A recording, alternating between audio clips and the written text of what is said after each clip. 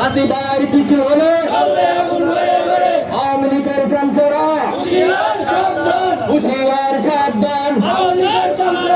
আওয়ামী লীগের চামচারা দর লীগ দর লীগ দর। এই পর্যায়ে আপনাদের সম্মুখে গুরুত্বপূর্ণ বক্তব্য দেওয়ার জন্য আহ্বান জানাচ্ছি বাংলাদেশ জাতীয় নাগরিক পার্টি এনসিপি চরপেশন উপজেলার সম্মানিত প্রধান সমন্বয়কারী রাজপথের লড়াকু সৈনিক 24শে জুলাই বীর যোদ্ধা শেখ হাসিনার আতঙ্ক আমাদের প্রিয় ভাই জনাব ফয়সাল ভাইকে আজকের এই প্রতিবাদ সভায় গুরুত্বপূর্ণ বক্তব্য রাখার জন্য অনুরোধ জানাচ্ছি।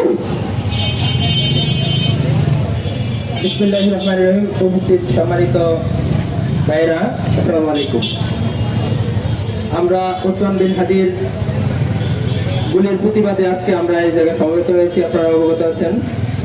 আমরা আশা করব ওসমান বিন হাদি সুস্থ হয়ে আমাদের মাঝে আবার ফিরে আসবে এবং আন্দোলনের ধারাবাহিকতা ঠিক রাখতে হাদির মতো একজন সহযোদ্ধা আমরা সর্বসময় প্রত্যাশা করি।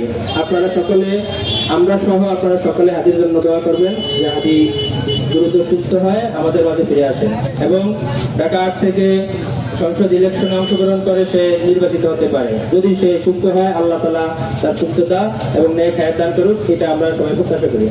সাথে সাথে চরপেশন উপজেলা এনসিপি আয়োজিত আজকের সবাই উপস্থিত হওয়ার জন্য সবাইকে ধন্যবাদ ও সামনের শ্রোতাবৃন্দ যারা আছেন তাদেরকে উদাত্ত আহ্বান যে আপনারা সবাই সমবেত হয়েছেন।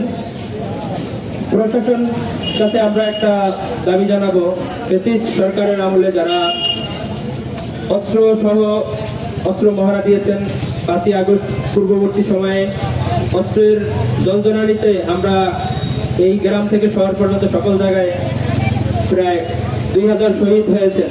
সেই শহীদ হওয়ার পরবর্তী টাইমে কিন্তু অস্ত্র প্রশাসন এখনো ভালোভাবে উদ্ধার করতে পারে নাই। তারই ধারাবাহিকতায় ওসমান বিন হাদির মতো এবং বিভিন্ন জায়গায় গুলিবিদ্ধ হয়ে অস্ত্রশস্ত্র নিয়ে মহড়া দেওয়া এখনো আমরা দেখতেছি।